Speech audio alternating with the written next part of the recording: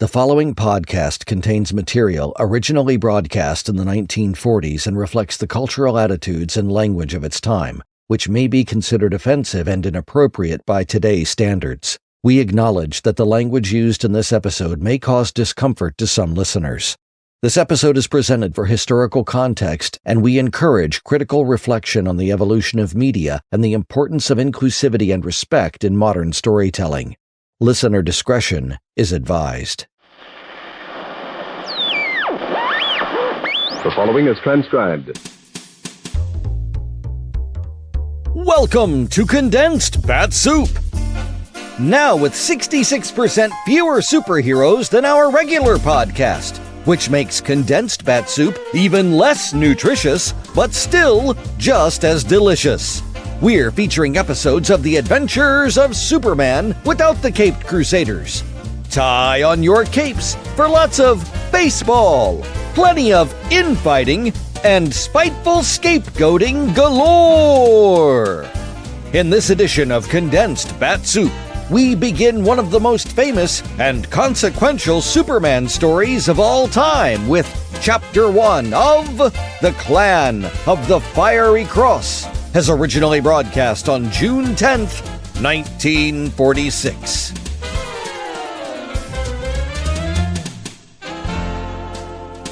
Faster than a speeding bullet.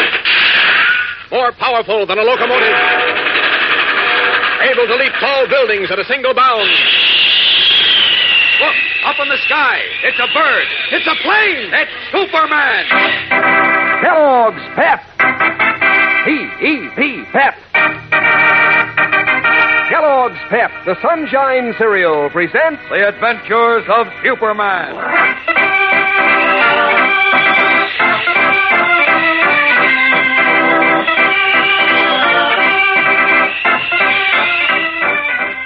Today we begin a brand new story.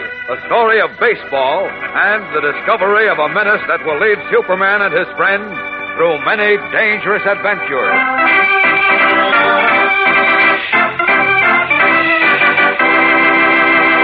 Hello there, gang. This is your pal Dan McCullough. Say, have you heard about the 18-carat breakfast dish that sparkles with sunny cheerfulness? It's Kellogg's Pep, the Sunshine Cereal. Yes, sir, Pep sure is a jewel of a treat, so sunny and golden you can hardly wait to start eating. That tender crispness gives you the old come-on, too. And when you do pitch in, what a flavor. A catchy flavor. A sunny golden toasted flavor. A top-notch royal flavor that your appetite can really latch onto. Believe me, gang, Kellogg's Pep sure is on the sunbeam when it comes to teasing your taste. Why, you wouldn't think of stopping until you've polished your bowl clean as a whistle, which is always a smart idea because Pep is good for you. And nowadays, it's particularly smart because the cereal grains have been picked out to help give good nourishment to fellows and girls overseas. So, gang, get hep to Kellogg's Pep. When Mom brings Pep home from the grocer's, make sure there's no waste at your house. If you pour your own Pep, pour it carefully and eat up every bit you pour out. Pass the word along to the rest of your family, too. Remember, eat all your Pep. Don't waste it. Now, the adventures of Superman. It is late afternoon. Superman, in his guise of Clark Kent, the mild-mannered reporter, is in a taxicab en route to cover an important newspaper story. He is accompanied by cub reporter Jimmy Olsen, who, as manager of the Unity House baseball team, has been given permission to leave the office early in order to attend practice. Listen. We won our last two games while you were out of town, Mr. Kent. Oh, fine. And if we win tomorrow, we'll be in the finals for the boys' championship in Metropolis. Hey, that's great, Jim. Sounds like you're a top-notch manager. Oh, no. Any manager could win with Tommy Lee on his team. Who? Tommy Lee, our pitcher. Boy, he's got everything. Speed, sweet curve, change of pace. He's terrific. Wait a minute. Last time you were telling me about the team, your pitcher was a boy named Riggs, wasn't he? Oh, yeah, Chuck Riggs. That was before Tommy Lee moved into the neighborhood and joined Unity House. Oh? When Tommy showed us how he could throw that old baseball, Chuck had to move over. Oh, it was kind of tough on Chuck, wasn't it? Yeah, I guess so. But if Tommy's a better pitcher, he deserves the job, doesn't he? Oh, yes, of course. All other things being equal. What do you mean? Well, I mean, baseball is a team game, Jim. To be a good team, all the players must be willing to work together. That's what teamwork means. Oh, Tommy cooperates. He's a swell kid. Everybody likes him. That is, everybody did like him until... Until what? Well, I don't like to say it, but Chuck Riggs is a bit of a sorehead. He didn't like getting moved down to number 2 pitcher, and... Well, he's been trying to turn some of the guys against Tommy. I've had to crack down on him a couple of times. Oh? Oh, but I can handle him, though. Hey, we're coming to the Unity House ball field. Stop at the next corner, please, driver.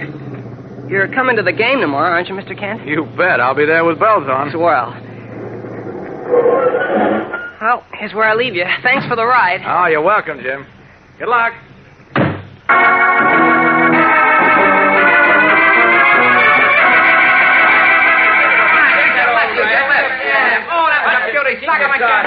Hey, what's going on here? Break it up. Break it up, I said. Come on now, Tommy. Chuck, cut out that fighting. Break it up. Let go, Jim. I'm going to fix this guy. That's what you think. I said lay off, Chuck. You too, Tommy. Now, what's this all about? Tommy was asking for a poke on the nose. You mean you were? You've been trying to pick a fight with me ever since I got on the team. You're a liar. Don't call me a liar. Cut it out, both of you. Muggs, Yeah, Jim. I thought you were in charge of the team when I wasn't here. Is this the way you run things? They were belting each other before I could stop them. What were they fighting about? Oh, Chuck was riding Tommy all afternoon. I was You not. be quiet, Chuck. Go on, Muggs. Well, when Tommy said Chuck called him a dirty name, and they went at it. What did he call you, Tommy? What's the difference? I can take care of myself. I didn't call him nothing, that dirty... Skip it. Now, look, Chuck. You've been acting like a sorehead ever since Tommy got to be our number 1 pitcher. Now, wait a minute. I didn't start this fight. I didn't say you did, but I'm telling you this for the last time. This is a ball club, and everybody on it has got to work together. The guy who won't cooperate gets fired off the team. You get that? What are you picking on me for? Tell her to Tommy. That goes for everybody. There's going to be no more fighting around here. Got an important game tomorrow, and everybody's got to pull together. You understand? Yeah. Well, okay. Batting practice now, so up to the cage. You pitch, Tommy. Okay, Jim. Come on, everybody hustle. Up on your toes. Let's play ball.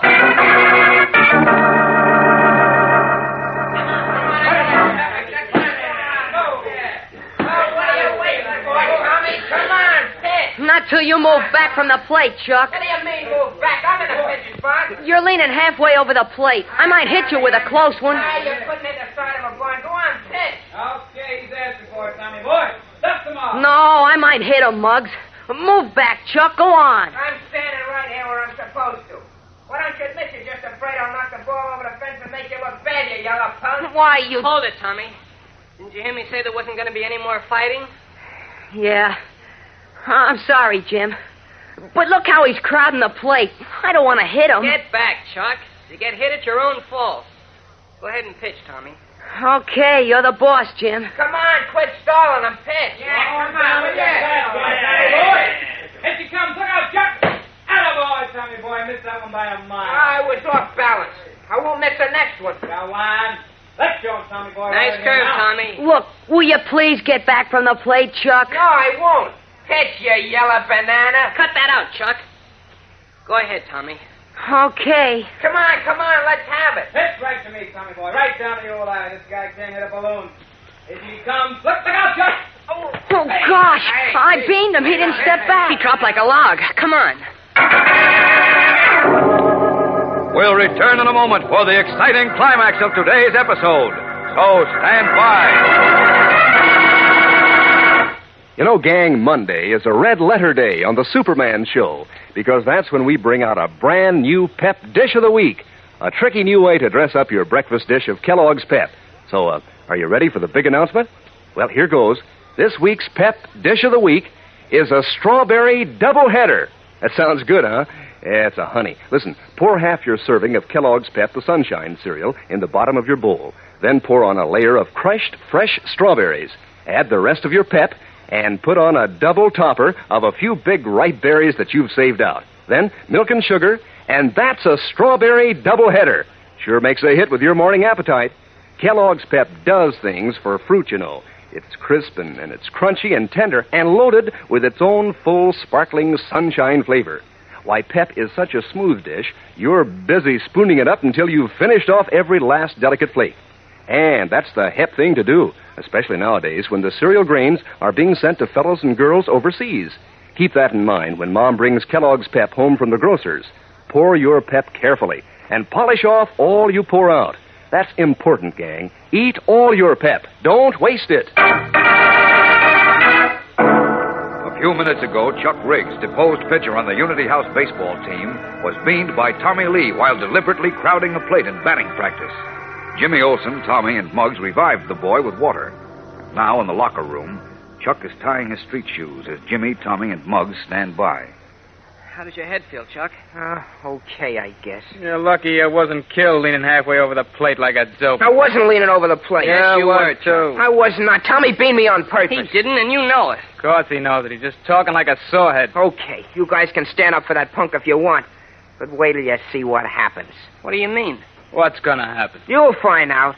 And so will he. Now, look, Chuck, it was an accident. I'm sorry. Let's shake hands. That's the way to talk, Tommy. Well, go on, Chuck. Shake hands with him. Me shake hands with him? Heh, nothing doing. Why have all those sawheads for 2 cents? Wait, Muggs. Chuck, you were warned to step back, and you didn't. So what happened was your fault. Now, be a nice guy, admit it, and shake hands with Tommy. No, I won't shake hands with him. Okay, then. That makes you a bum loser and a sorehead, and you don't belong on the team. You're fired. Okay, I'm fired. But I'll get you for this, Jim Olsen. And I'll get Tommy, too. You'll see.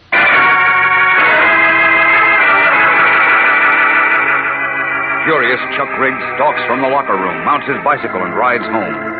As he dismounts at the small garage behind his house, he is met by his uncle, a tall, powerfully built man who regards him sharply. What's the matter with you, Chuck? Oh, me?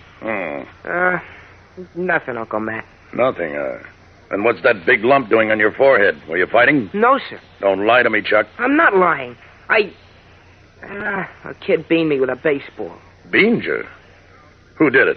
Oh, just one of the kids on the team. It was an accident, I guess. You guess. Well, I guess I was kind of crowding the plate in batting practice. I was pretty sore at this kid, Tommy Lee, because he beat me out for number 1 pitcher on the Wait team. a minute. What's the kid's name? Lee. Tommy Lee. He's a pretty good pitcher. Did this Lee kid just move into the neighborhood about a month ago? That's right. You know him? Well, if he's the one I think he is, his father just got appointed to the health department as a bacteriologist. I don't know what that is, but the new mayor just did appoint him to the health department. Oh. I heard Tommy telling Jim Olsen and Muggs about it. Yeah, he's the one then. Say, this works out just fine. What does, Uncle Matt? This Lee boy beating you with a baseball gives me just the angle I've been looking for. Now look, Chuck, and listen carefully. Huh? This kid deliberately hit you on the head with a baseball, see? He was trying to kill you. No, he wasn't. I told you how it happened. He was trying to kill you, I say. I know this boy, and I know his father. They're bad. Gee whiz, Uncle Now, Matt. you listen to what I say. They're dangerous, Chuck, these people.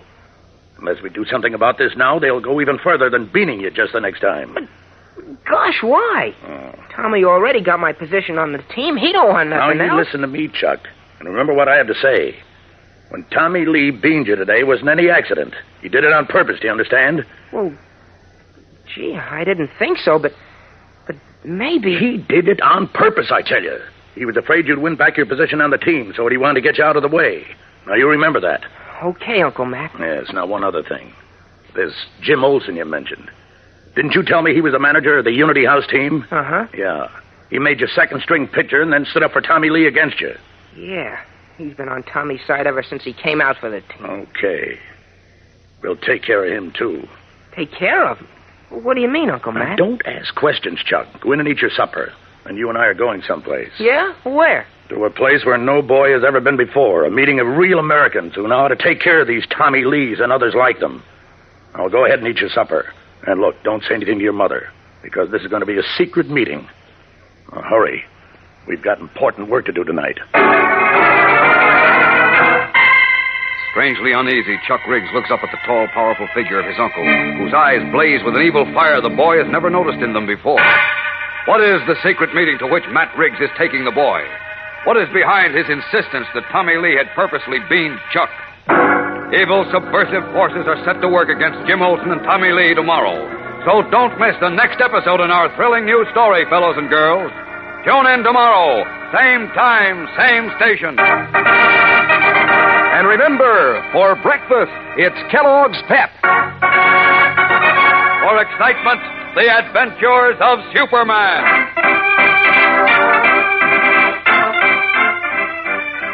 Superman is a copyrighted feature appearing in Superman DC comic magazines and is brought to you Monday through Friday at the same time by Kellogg's Pep, the Sunshine Cereal.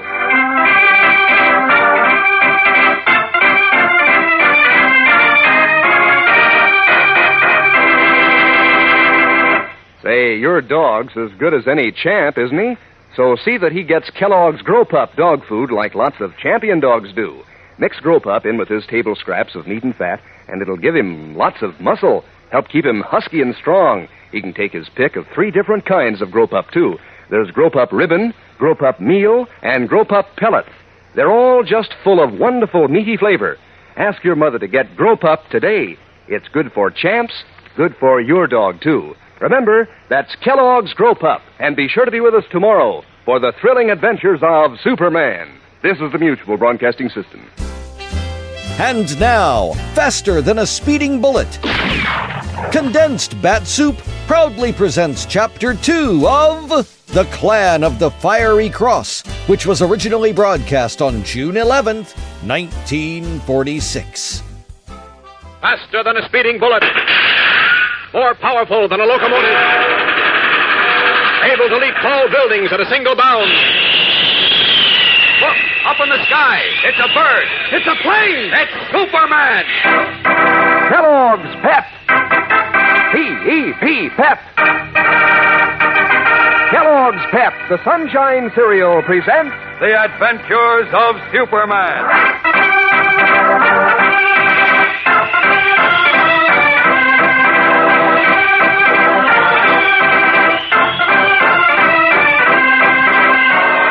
Today, the accident on the Unity House baseball field has far-reaching consequences as Chuck Riggs, under instructions from his uncle, attends a strange and secret meeting.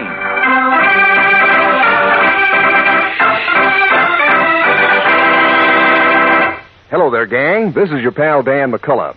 You know, this week's Pep Dish of the Week is sure hitting a lot of home runs for a lot of appetites. Makes breakfast a big league affair. It's a strawberry doubleheader, right in tune with the times and your taste. Here's the idea. You put half your regular serving of Kellogg's Pep, the Sunshine Cereal, in the bottom of your bowl. Then a juicy layer of crushed fresh strawberries. Finish off with more Pep and a few plump berries that you've saved out. Add milk and sugar and pitch into your strawberry doubleheader. What a team. Fine ripe berries sandwiched between layers of Kellogg's Pep. A pennant winner, believe me, because Pep is crisp and tender and light. Pep is loaded with that sparkling sunshine flavor that gives your appetite the old come on. Why, Kellogg's Pep always tastes so terrific, you don't waste any time finishing off every spoonful in your bowl. Now, that helps avoid wasting cereal, you know, which is particularly important these days when the cereal grains are being sent to fellows and girls all around the world. So, gang, when Mom brings Kellogg's Pep home from the grocer's, keep this in mind. It's easy, and it's important nowadays to eat all your Pep. Don't waste it. And now, the adventures of Superman. Bad feeling between 2 boys on the Unity House baseball team has resulted in a threat of serious trouble for manager Jimmy Olsen and young Tommy Lee. Jealous because Tommy had supplanted him as number 1 pitcher, a boy named Chuck Riggs heckled him in batting practice, and when crowding the plate, was accidentally struck in the head. That evening, Chuck told his Uncle Matt what had happened, and was surprised to hear his uncle insist that Tommy had beamed him deliberately. Playing on the boy's bitterness, Matt Riggs coached him in what he was to say at a certain secret meeting that night. And as we continue now, Matt is driving his nephew high into the dark, wooded hills above Metropolis. Listen. Look, where are we going, Uncle Matt? I told you, to a secret meeting. What kind of a meeting? You'll find out when we get there. But remember, you're not to breathe a word of what you see or hear to anyone. Not to anyone, do you understand? Yeah, sure, but what's all right, now don't ask any more questions. This is important to me, so remember, Chuck. That boy, Tommy Lee, deliberately beamed you today. He wanted to kill you. Gee, I don't know, Uncle Matt. It might have been an accident. You know, I was crowding the plate. Would you get that stuff out of your head? It wasn't an accident. He did it on purpose. He was afraid you'd win back your position on the team, so he wanted to get you out of the way, don't you see? You really think he did? I know he did. Now, remember what I told you. Answer all my questions correctly, and we'll fix him plenty good. Carefully drilling his nephew to make him believe the false version of the baseball accident, Matt Riggs drives to the top of a hill, then turns down a rutted, weed-grown road which winds between the trees. Suddenly, they come into an opening, and as the car stops, Chuck gasps at the strange scene before him. In a glade, casting weird shadows over the nearby hills and lighting the sky above, burns a huge wooden cross. Before it kneel 100 men clothed in long robes. Pointed hoods, slit only at the eyes, cover their heads and faces, and a low guttural chant issues harshly from their hidden lips, sending an uneasy chill through Chuck's blood. While the boy looks about him at the fearsome sight, Matt Riggs dons a robe and hood on which a pale blue scorpion is embroidered. Then, followed by Chuck, he approaches the kneeling hooded band, a strangely barbaric company in the dancing light of the flaming cross. Gosh, who are all these guys, Uncle Matt? And why are you wearing the sheets and hoods? We're the clan of the Fiery Cross, Chuck. The clan of the Fiery Cross? Right. We're a great secret society pledged to purify America. America for 100% Americans only. One race, one religion, one color. I don't get it. America's got all kinds of religions and colors. When we get through, there'll only be one. Only one? But the Constitution says all Americans have the same rights and privileges. Constitution. We'll change that. Now be quiet. Be quiet until I call on you. Attention, brothers. All hail the Grand Scorpion. Brothers, in the clan of the Fiery Cross, supreme authority vested by me as Grand Scorpion, I hereby call this secret session open. Arise now, and by the light of the flaming symbol of our creed, make the sign of fealty to our sacred vows. Rising to their feet, the robed and hooded figures solemnly place their right hands over their hearts, and crossing the first two fingers of their left hands, extend them toward the burning wooden cross. As under their breaths, they repeat the anti-democratic oath of the Klan. Brothers, as your leader, I felt it my duty to call this special secret meeting tonight because of something of terrific importance to all of us that took place today. Something proving that our sworn enemies have risen against us. That they have already struck the first blow and are preparing to strike more blows at real Americans through our children. Here beside me stands a fatherless American boy who is today the first victim of our sworn enemies. Today an attempt was made by vermin, filthy scum, who have moved into our community on the life of this American boy. Now wait, brothers, wait and listen. I want you to hear this terrible story from this unfortunate young victim's own lips. Okay, Chick. Now you tell him the story, and tell it just the way I told you to. Make no mistakes, you understand? Well, I used to be the pitcher on the Unity House baseball team, and I was fired from that position when a new guy joined up. Yeah. And tell us about this boy, Chuck. Is he like us Americans? No, sir. Could he ever be like us Americans? No, sir. Are his family Americans? Well, they're citizens, but... Yeah, answer the question. Are they good 100% Americans? No, sir. No. Now go on with your story. What happened today? Well, we had team practice today, and I was up at bat. This kid was pitching, and he deliberately threw a fast ball and beamed me. Tell us how you know this attempt to kill you with a pitched ball was deliberate, Chuck. Well, he said he'd get me because he wanted to make sure he'd keep the pitching spot, And what else? And because when he won the boys' league championship game, why, it'd give his kind of people a sort of weapon to use against American folks like us. Good work, Chuck. It did swell. Well, did you hear that, brothers in the Klan?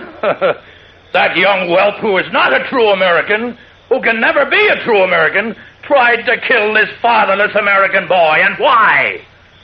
Because he has been schooled by his kind and their foreign sympathizers to strike against our plans for a pure, clean America. An American free from mixed races, mixed colors, and mixed religions. Are we going to stand idly by and see this scum weasel their way into our neighborhoods and our jobs? Are we going to stand by and watch their striking at our children and yours and mine? No, indeed. We strike back, and the time is now. So get set for action. The fiery cross burns tonight. His heart hammering with fear, Chuck Riggs begins to feel the icy fingers of doubt creeping up his spine as he watches the fanatical fury aroused in the hooded men by his Uncle Matt against what he knows to be a family innocent of offense. But he is powerless to stop the frenzied clan's first act of blood-chilling violence, scheduled to take place that night. The following morning, Jim Olsen is alone in the Unity House locker room when Tommy Lee enters, his face wan and drawn. Oh, hiya, Tommy. You're late for practice. Hurry up and get into your uniform. No, Jim. I'm quitting the team. What? Oh, now look, Tommy. You can't do this to us. Why, we need you. Why, your pitching is the mainstay of the team. We'd fall apart without you. It's swell of you to say that. Oh, I mean it. Gotta have you for today's game. It's the playoff in the semifinals. Well, look, you know I'm not just doing this to let you and the other fellas down. It's just that... Well, I guess I might as well tell you. Last night, a burning cross was planted on our front lawn by a bunch of men wearing hoods and gowns. What? You know what that means to my family, don't you? Sheepers. That sounds like the Fiery Cross Clan. But why you and your family? If you don't know, Jim, I can't tell you. I know how I can find out. Look, you go home and sit tight, Tommy. I'm going to see Mr. Kent and tell him about this. And right away. I'll see you later. Worried at the thought of losing his star pitcher and puzzled by Tommy's startling story, Jim Olsen rushes off to seek the aid of Clark Kent. What is behind this un-American threat to personal freedom and safety? We'll know more in a moment, so stand by for the startling climax of today's episode. Say there, what's the lowdown on breakfast at your house? Do you eat the solid sort of meal that helps start your day in high? Well, here's the dope about a breakfast dish that'll tease your appetite so you'll want to eat hearty. It's Kellogg's Pep, the Sunshine cereal, as terrific a treat as you'd ever hope to taste. Now, that Sunshine business is no fooling, you know. Pep fairly sparkles with sunny, golden toasted flavor. It even looks sunny and golden in the dish. And when you start to spoon it up, what a come-on you get. Your appetite sure wakes up smiling. Yes, sir, you can latch onto those crisp, tender flakes of Kellogg's Pep. And you get the good out of Pep's hearty whole wheat nourishment plus. So eat it all up, gang. Polish off your morning dish of Kellogg's Pep clean as a whistle. Because that's one way to keep from wasting it. And waste is particularly bad nowadays when we're sending the cereal grains to help give good nourishment to fellows and girls overseas. Think of that when Mom brings Kellogg's Pep home from the grocer's. Handle the package carefully if you pour your own Pep. And say, keep an eye on your younger brothers and sisters, too. You're on the beam if you eat all your Pep. Don't waste it. Alarmed when his star pitcher, Tommy Lee, told him he must quit the team because of a flaming cross, the terrifying warning symbol of the Fiery Cross Clan that was placed on the Lee lawn last night, Jim Olsen rushed to the Daily Planet, where we find him now discussing the outrageous incident with Clark Kent. I didn't know the Fiery Cross Clan was even organized in Metropolis, Mr. Kent. Neither did I, Jim. This is very bad news. And how? Another thing that gets me is why they're picking on Tommy Lee and his family. Who are the Lees, Jim? Would I know them? I don't know, but I think you'd know about Tommy's father. Huh? He's the man who was just appointed city bacteriologist. Oh, he is, eh? Uh-huh. Do you know him? No, I don't, but I know now at least one reason why they've been singled out by that hooded mob. You do? Mm-hmm. I also know that they're in danger, Jim. Very great danger. Why? What did they do to... Oh, it isn't what they've done, it's what they are. Do you know where they live? Sure, but gee whiz, Mr. Kent, why... Come on. I'll answer your questions on the way, Jim. We've got to put a stop to this sort of thing before it goes any further. But before we do anything, we're going to have a talk with Tommy Lee. Let's go.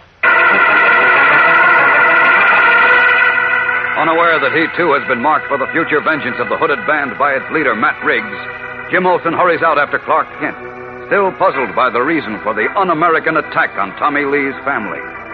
Why are these people the object of the vicious secret band's fanatical hatred? And what will happen to the Lees and to Jim Olsen if this grim, cowardly warning of intolerance is ignored? Tomorrow's episode is tense and exciting as Superman begins a fight against the most dangerous enemies to personal freedom and democracy in America. Tune in, same time, same station. Don't miss it. And remember, for breakfast, it's Kellogg's Pep. For excitement, the adventures of Superman. Superman is a copyrighted feature appearing in Superman DC comic magazines and is brought to you Monday through Friday at the same time by Kellogg's Pep, the Sunshine cereal.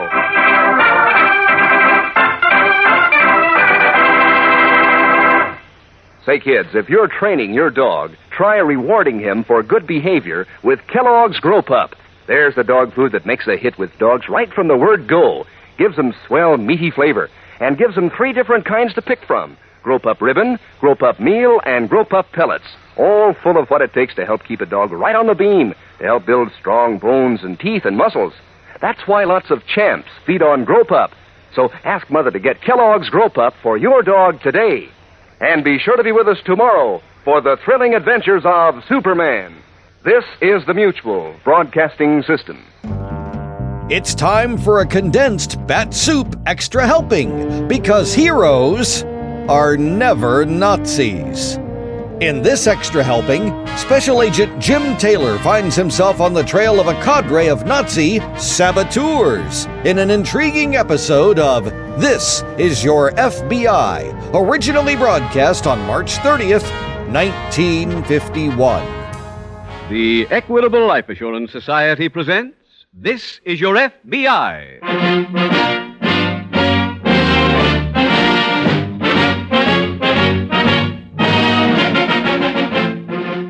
This is Your FBI, the official broadcast from the files of the Federal Bureau of Investigation. Presented transcribed as a public service by the Equitable Life Assurance Society of the United States and the Equitable Society's representative in your community.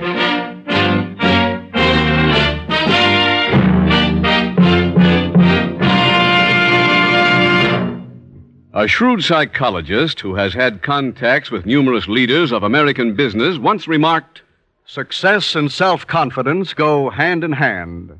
Men who have a strong conviction that they're going to succeed are the ones that rise to the top in every field." For people of this type, people who have this feeling of certainty about themselves, the Equitable Life Assurance Society has created its famous life insurance plan for men and women on the way up. Do those words describe you? Then you'll be interested in about 11 minutes when I give full details of the Equitable plan for men and women on the way up.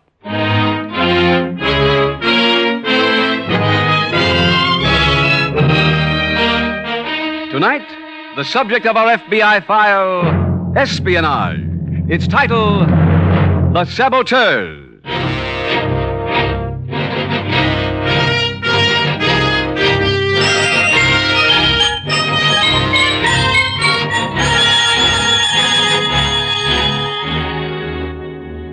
The FBI file chosen for tonight concerns a case which goes back to World War II.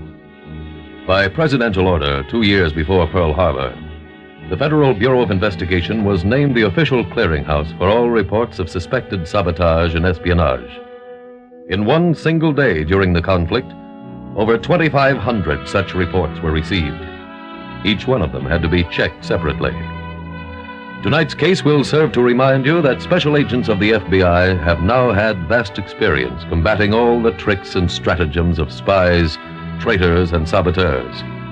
In the present emergency, whether it be enemy agents from without or fifth columnists from within, you may be sure that your FBI is ready.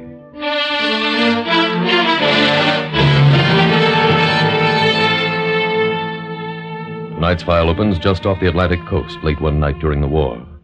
A small crescent moon throws a dim light on the ocean.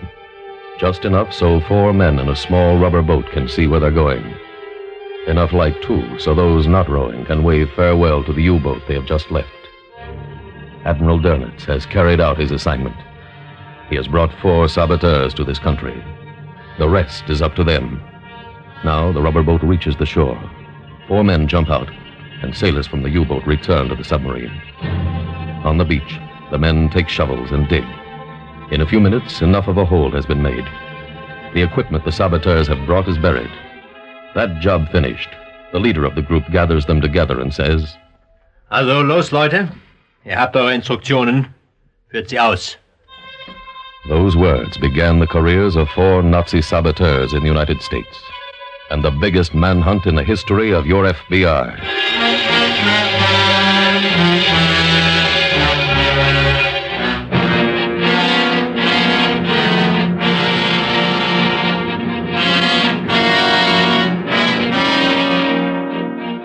Later, as dawn was breaking over the ocean, Other men were busy on that same sandy stretch of beach.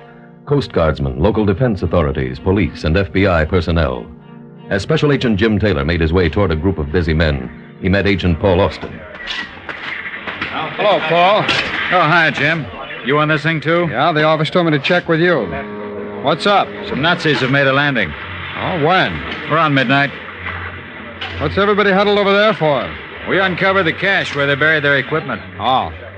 They came well prepared. So far, we've come up with $40,000 in cash, some guns, high explosives, bombs, cameras, detonators, and timing devices. Well, that's quite a load. And if they buried this much, no telling what they carried away with them. Paul, how many came ashore? Well, we're not sure, Jim. They were only spotted by one person. He get close enough to give us any description? Yeah, he went over our files at the office and picked out the picture of somebody named Otto Miller. Miller? He was in Bund activities here before the war. 2 years ago, he went back to Germany. Oh. We've got full information on him. How about that picture you mentioned? The office has copies on the way by messenger. Fine. Well, the minute we get them, let's check these houses along the beach.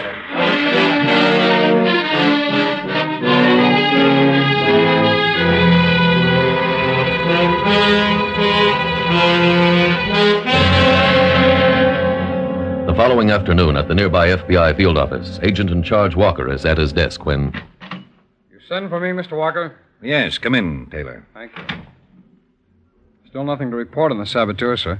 Didn't anyone see them leaving the beach area? No, sir, and we haven't picked up the beginning of a trail on Otto Miller. You finished checking hotels yet? Yes, sir, an hour ago. We're still working on rooming houses and furnished apartments.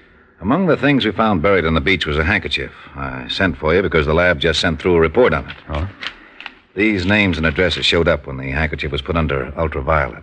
All right, sir, I'll check our files. Well, that's been done. They're all Nazi sympathizers. Put them under surveillance. No questioning? No, we only want them watched now. We're hoping they'll be contacted by the saboteurs. Mr. Walker, we don't know what any of them looks like. That's why we've got to find Otto Miller. Well, let's see. Miller's file shows that he frequented this German beer garden that's here on the list, but... Pardon me, Taylor. Certainly, sir. Walker. You have? Fine. Yes, right now. Thanks. Miller's been located. Where? In a rooming house at 83 Hudson Street, using the name Mitchell. Get right over there.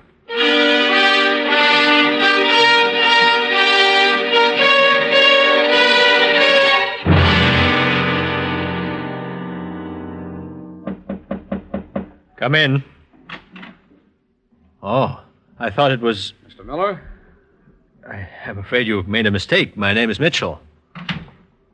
Mine's Taylor. I'm a special agent of the FBI. Here are my credentials.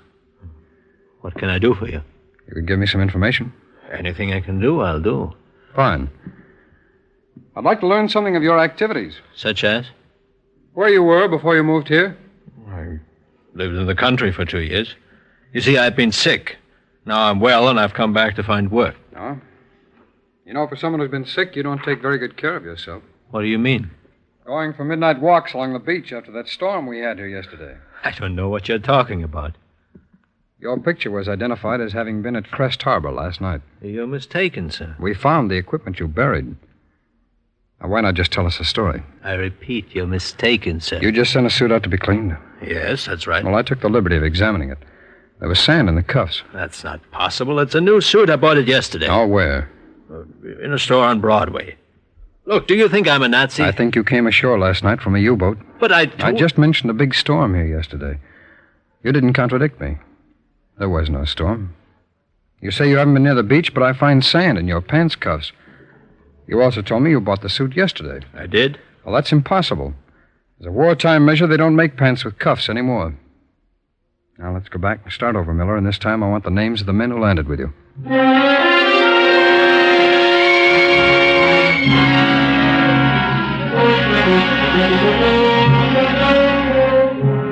Here's the pet shop, Paul. Should we move in? Yeah. Jim, there's Cowlitz, in back by the parakeets. Yeah. Don't move, Cowlitz. You're under arrest.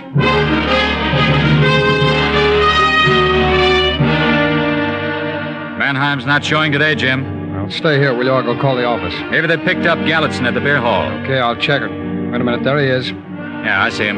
Get the warrant ready. All right, Mannheim, you're under arrest. There's Gallatin. At the bar? No, he just came in the back door. Come on, Paul. This means we've got all four of them.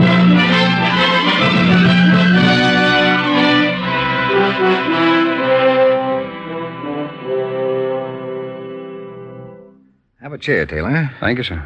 Where's Austin? He's finishing the report. I just wanted you both to know the director sent through a note commending every agent who's been working on the saboteur case. Well, thank you, sir. How are you doing with Miller? He's still talking. We're putting his entire statement in writing for his signature. There's one thing we never did find. What's that? The objective they had. Well, there was more than one. Miller gave me the list. They were headed for the TVA project, all plants of Aluminum Corporation of America. Oh, wait a minute. I've got the list here on my desk.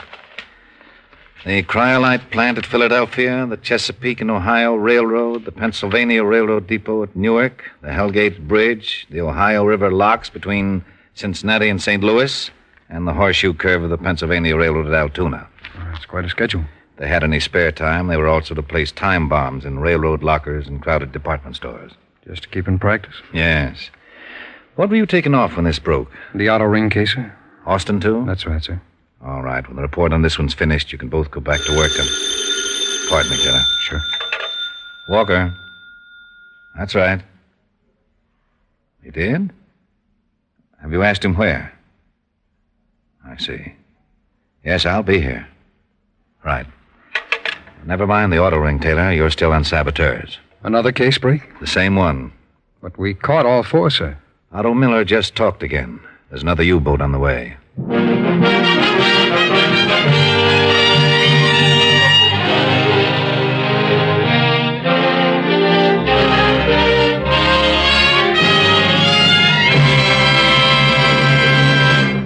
We will return shortly to tonight's case from the official files of your FBI.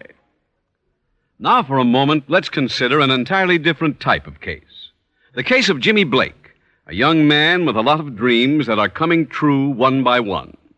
In the Army, he dreamed of opening a grocery store. When he got out, he did just that. Sure, it was small, but Jimmy nourished it with good, hard work. And why, only last week, Jimmy made arrangements to double the size of his store. You're really going places, aren't you, Jimmy? I sure hope my luck lasts. A couple of years ago, Jimmy and his Equitable Society representative went into a huddle about a special life insurance plan for folks like Jimmy.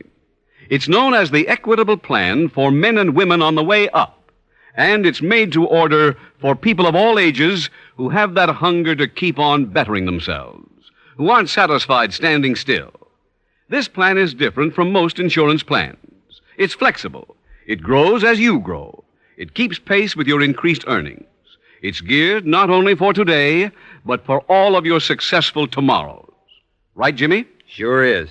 Why, last year when the wife and I looked over things, we found I was taking in lots more money.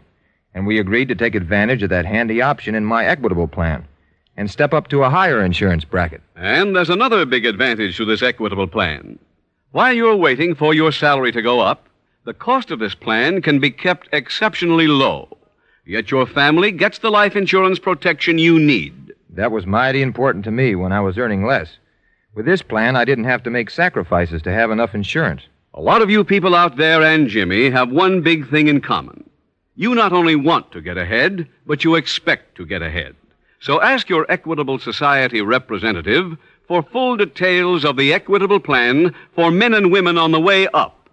Or send a postcard, care of this station, to the Equitable Society. That's EQUITABLE. The Equitable Life Assurance Society of the United States.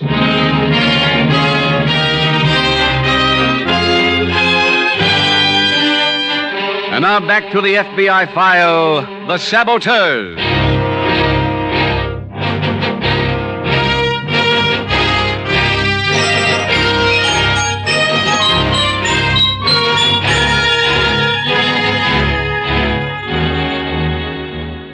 Tonight's program inevitably brings up one question.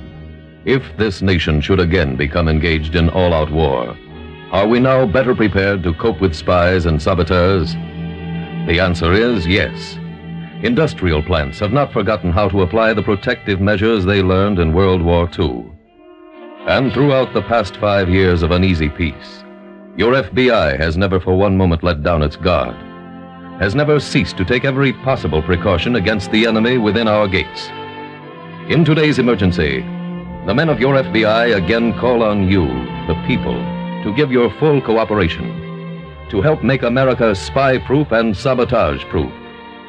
If the nature of your work means that you possess any secret or vital information, keep it to yourself. If you work in a defense plant, don't talk about your job in public places. If you see or hear anything suspicious, don't try to investigate it yourself. Check page 1 of your phone book for the number, then call the nearest field office of your FBI.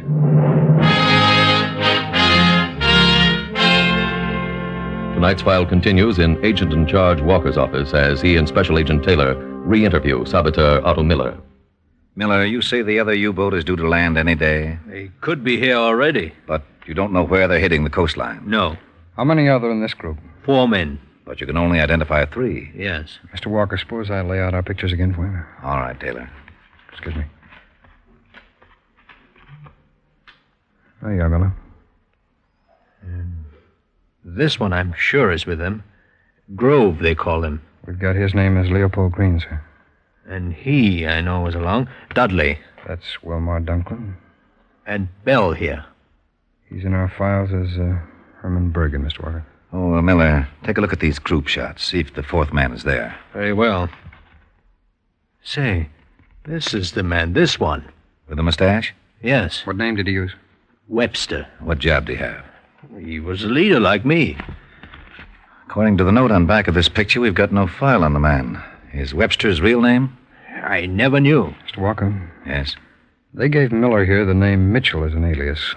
They changed Green's name to Grove, Dunklin to Dudley, Bergen to Bell. The first 2 letters always remain the same. Now, if you stayed with that system, Webster's real name might begin with W.E. Miller, does that give you any idea? W.E. No, I still don't know. Taylor, get out our phone books. Read names starting with W.E. You stop him, Miller, if he hits the right one.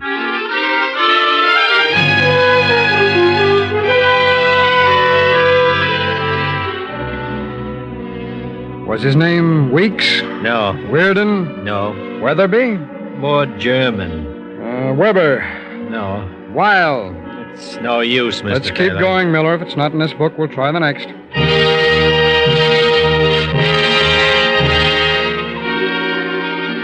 Webley? No. Wexler? Wexler. Wait. Is that it? No, it's not. All right, let's get back to the list.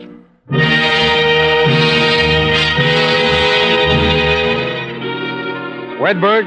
No. Weiss? No. Wetzel? Wetzel. That's it, Mr. Taylor. That's his name.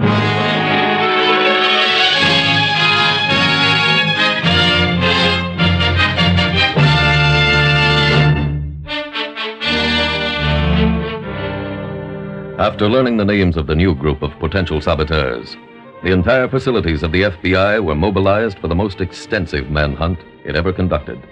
It was learned that the second submarine had landed men in Jacksonville, Florida, several days after receiving this information in Agent Walker's office. Taylor, we just got a teletype. 2 of the new group have been apprehended. Which one, sir? Herman Bergen and Leopold Green. Oh, that's 2 down, 2 to go. You gotten any lead on Wilmer Dunklin? No, sir. What about Wetzel? Well, I just heard from Washington. They have no record on anyone named Wetzel being a Nazi sympathizer. Sir, oh, pardon me. Certainly, sir. Walker. Yes, this is the agent in charge. That's right. What name did you say? I see. Yes, I'll be here. Goodbye. You don't have to search for Wilmer Dunklin. That was he on the phone. What? He called to find out if he could come in and see me. Why? He says he's got something to talk to me about. I'll say he has. He'll be here in half an hour. Go to Jenkins' desk and stay close to the intercom. I'll call you later.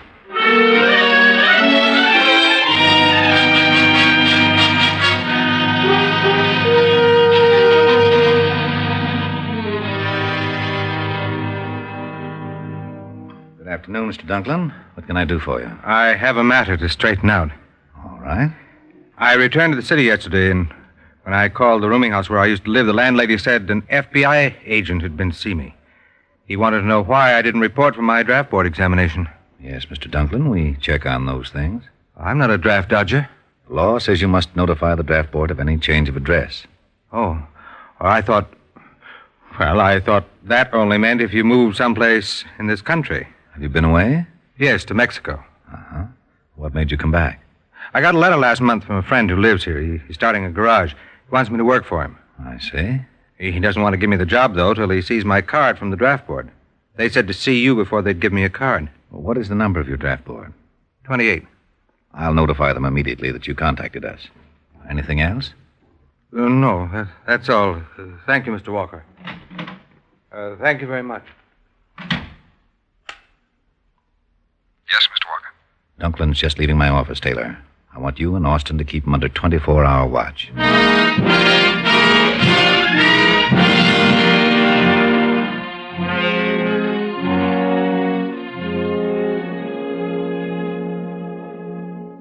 No luck yet, Mr. Walker. Has Dunklin shown any sign of getting in touch with Wetzel? Well, I'm not sure, sir. At 8:55 last night, he took a cab to the railroad station. He asked the information clerk what time the next train was due in from Florida. That's where the other saboteurs landed. Yes, sir, I know. But if he went there to meet Wetzel, he was disappointed. After the train unloaded, he left alone. Where'd he go? Back to his room. Maybe he called Wetzel from there. Yeah, he's got no phone in his room, sir. There's a pay station in the hall, but he didn't use that. Taylor, we've got to find Wetzel. He's the leader. He can operate alone. Well, do you want us to arrest Dunklin and question him?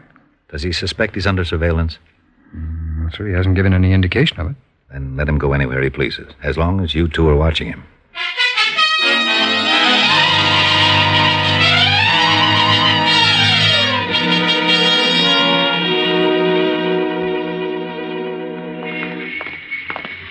Paul, if we have to follow Dunklin into another movie today, I'm going to... Uh-oh.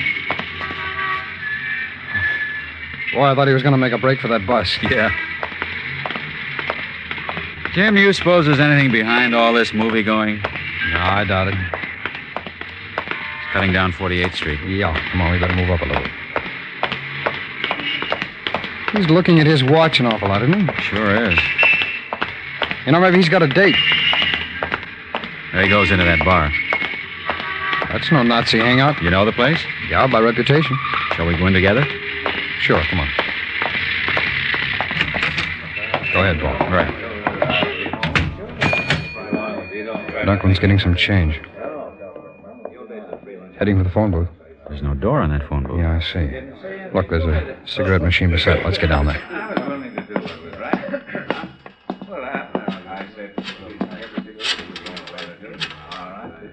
You got a dime on you, Jim? I think so. Let's see. Hello? Is Mr. Wetzel there? Yeah. Yeah, thanks. What's that? Thanks. No message. Well, Paul, Wetzel's in town, or due. Yeah. Dunklin's stopping at the bar. Yeah. Grab your cigarettes. We'll pick him up again outside.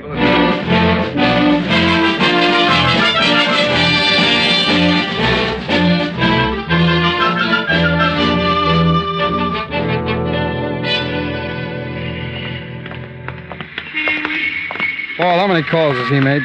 Yesterday and today? Yeah. Oh, at least 15. Looking at his watch again. He's due. It's been about an hour and a half between calls. If we could only learn where he's calling Wetzel. I'd like to get the booth next to him when he calls again. There he goes, into that restaurant. Let's stay on his heels, huh? When we get inside, I'll head straight for the phones. Check. Go ahead. Stop for a drink of water. Yeah, look, all 3 phone booths are empty. I'll get down there ahead of him. Go ahead, I'll wait here.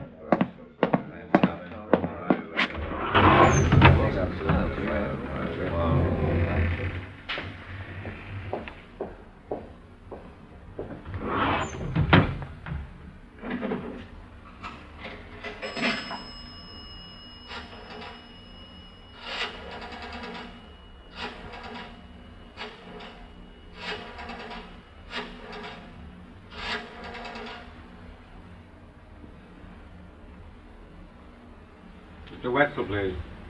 Thank you. Wetzel? This is Dunklin. I've been calling for 3 days. I can't. We mustn't see each other for a long time. No. Don't get in touch with me. I'll contact you. Goodbye.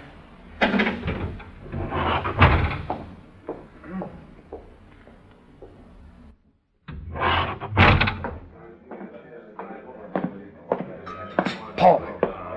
Call Wetzel again? Yeah, this time he talked to him. Now, don't turn around. He just sat down at a table behind you. Yeah. Oh, good. He's looking at the menu, so I guess he'll eat. Stay by this booth and keep an eye on him. I'll be back as quick as I can.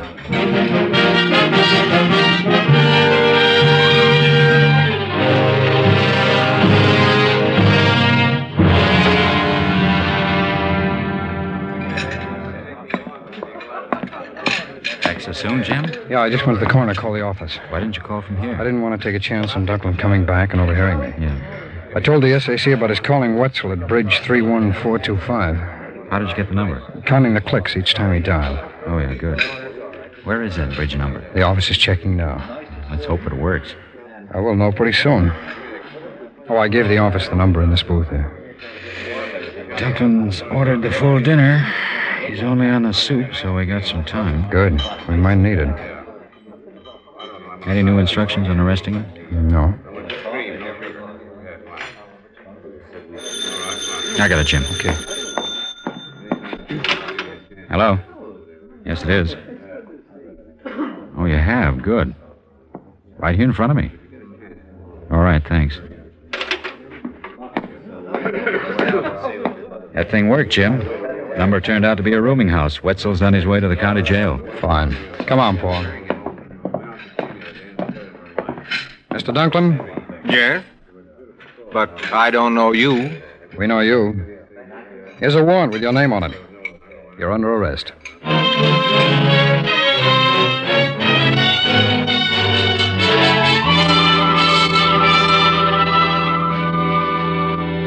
All of the saboteurs were tried before a military commission and convicted. One received life imprisonment, one 30 years imprisonment in a federal penitentiary, and the other 6 were executed. And thus the Federal Bureau of Investigation faced and met its greatest wartime challenge. The abysmal failure of the first attempts to land saboteurs in America caused a change in German plans. From documents captured after the war, it was learned that the Nazi High Command intended to land a group from a U-boat every 6 weeks. Only 2 more were ever dispatched. They landed in Maine in November 1944, and like the men in these first 2 groups, were captured before they had a chance to do any damage. Their utter failure in World War II is a source of gratification, as is the fact that not one single case of enemy-directed sabotage came to light during all those war years. However, your FBI realizes that future saboteurs will not be apprehended by a reputation, but only by the same methods which worked before: hard work, long hours, and most important, citizen cooperation.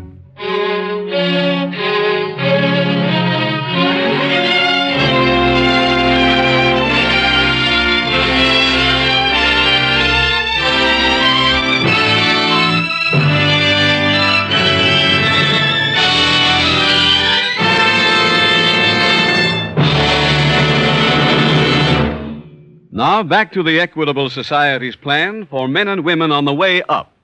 Remember, this plan was designed for a very special type of individual.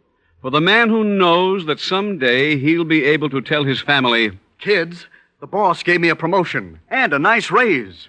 How do you like that?" Are you that kind of man? Then ask your Equitable Society representative to work out your own personal plan for a man on the way up. Or send a postcard care of this station to the Equitable Life Assurance Society.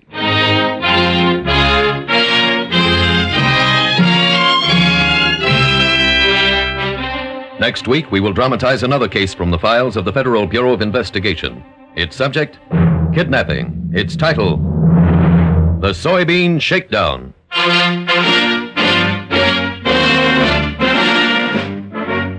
The incidents used in tonight's Equitable Life Assurance Society's broadcast are adapted from the files of the Federal Bureau of Investigation.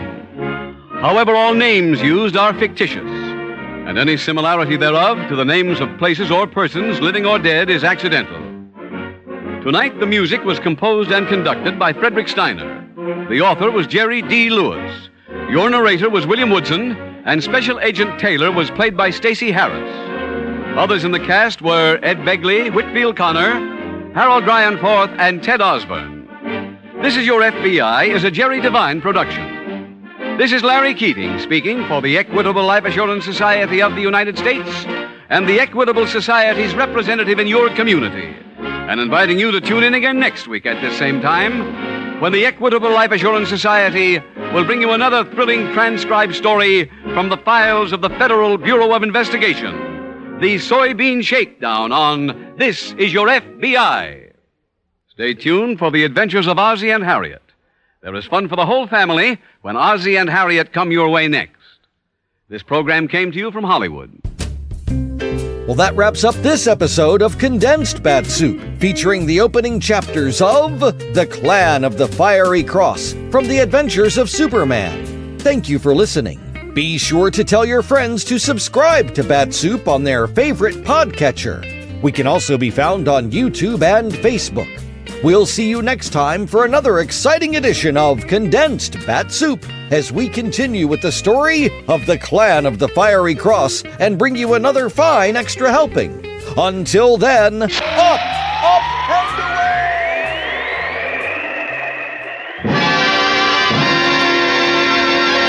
Well, friends, I hope you've all had fun with us tonight, and before Ken tells you about next week, I'd like to spend a few serious moments with you, if I may. You know, every time I see a list of men who have been decorated in this war, I think how many different kinds of people it takes to make America. Browns and Zelenskys, Cohns and Kellys, Moriello and Mullers.